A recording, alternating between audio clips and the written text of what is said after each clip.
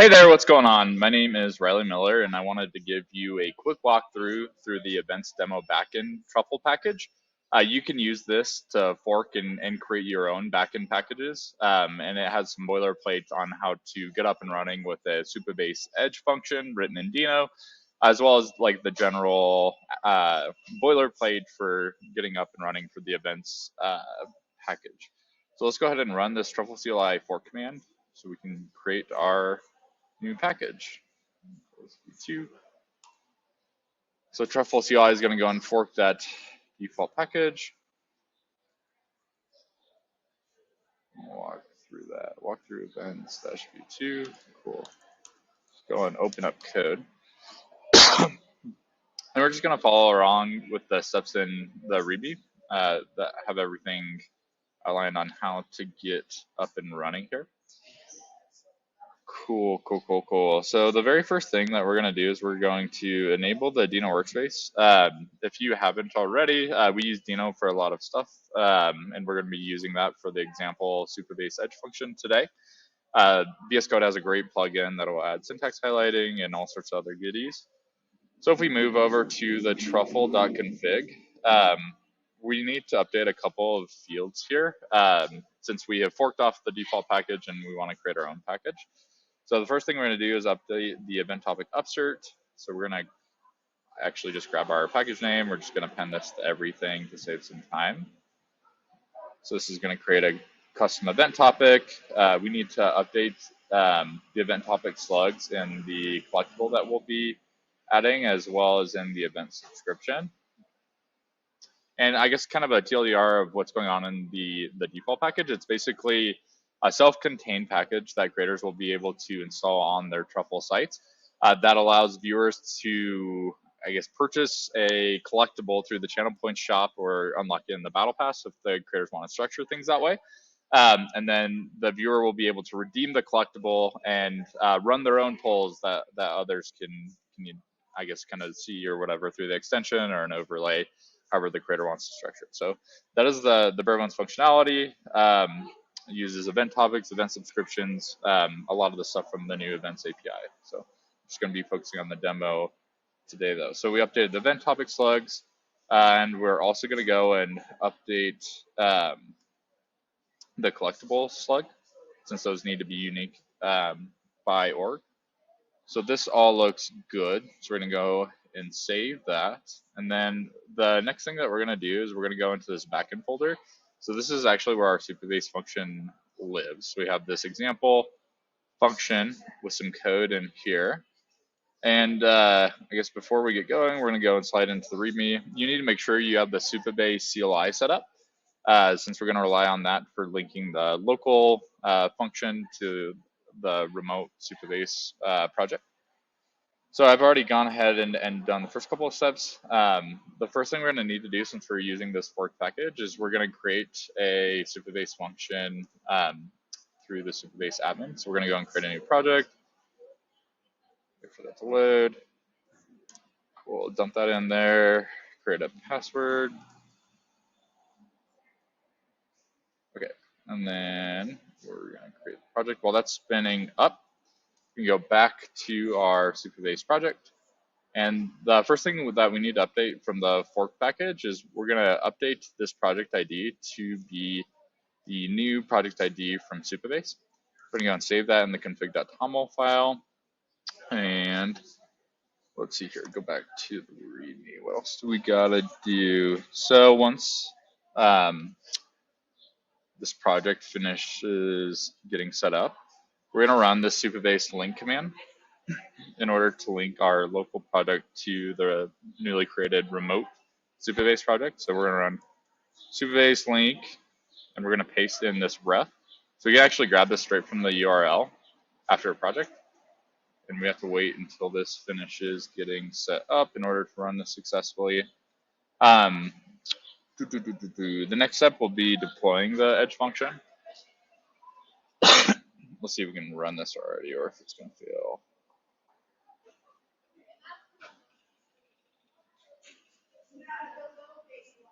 Cool. All right, so we're all linked up. So the next step is going to be actually running the deploy here. One note: make sure that you make sure that you actually pass in this no verified drop flag. Otherwise, the deploy is not, or sorry, it's gonna fail when.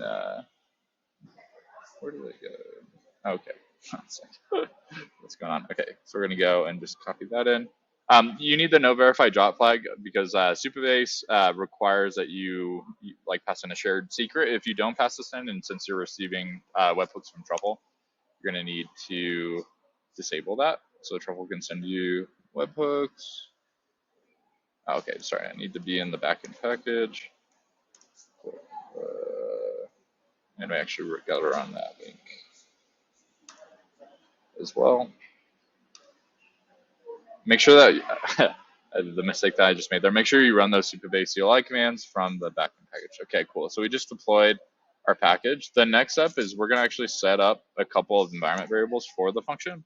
Make sure that you run this step after you've actually deployed the initial function. Otherwise, that when you do deploy the Supabase function, it's going to go and overwrite those. So we need to set a couple of environment variables that we're going to use inside of the function. So the I guess the first thing that we're going to set, we're going to set the package API key as a secret here. If we go to .env, update that. Cool. So we dump that in there. And then we also need to grab the event topic slug. So we're going to go to our Truffle config. We're going to grab this event topic slug that we're going to be setting up. So we've got all of that running here. We go and save that. And then we're going to run our Supabase secrets command. So we're going to go and sync that with the remote Supabase function. Close that so we got a little more room. Cool. And we should be about good. We're going to run a quick curl to make sure that the function is online, got deployed correctly. Let's see here. So if we go back to our Supabase admin panel, we're going to go to functions, click on our deployed function, go to details, and grab this endpoint URL. Go back. If we run this, it's going to go and send a pong. Hopefully, on our VPN, so it might be taking a little bit. Okay, cool. So we got our response from the Supabase function. So that all looks good. Before I go on to deploying the function, I'll give you a very quick run through of the actual function body. So this is a Deno Edge function that's deployed on top of Supabase, which uses Deno deploy under the hood. So it's really just like a pretty straightforward serverless function. What's going on here is we have this handler that we export from one of our libraries, which is basically going to handle all the Truffle webhook verification. It's also going to parse the event from the webhook. That way you can just access that directly in this callback function. We step through here. We preserve the original request. We verify that the event topic that was sent to the Edge function was, I guess, our custom event topic. And then we parse the event topic data for the poll. We actually, here on 56, we go and we make a request to the Truffle API to go and grab the user's info. That way we can use their username in the poll question. And then on 65, we actually go and we create the poll.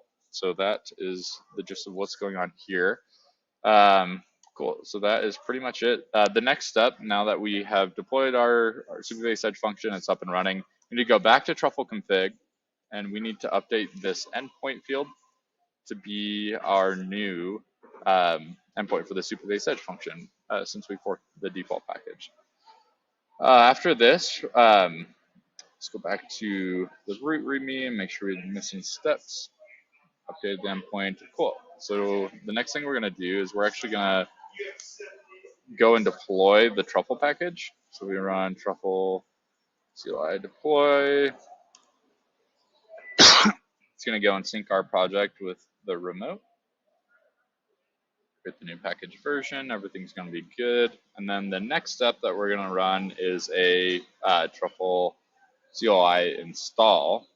for our new package. So while that's getting set up, we're going to go and grab the package name from our Truffle config, since we'll need that for the install step.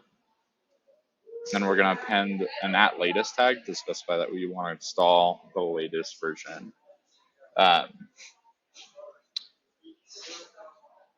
into our default package. So that's going to be what's going on as soon as this finishes syncing. All good. Truffle CLI install package name @latest.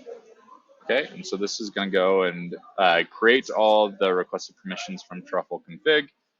So this is basically everything that the package API key is going to need permissions in order to execute certain requests against the Truffle API. And then we also have this install action rel. This is basically just like a set of steps that are going to be run when we install this package. So this all looks good. Hopefully the install works. Cool. So our package was installed successfully. So if we run a Truffle CLI describe,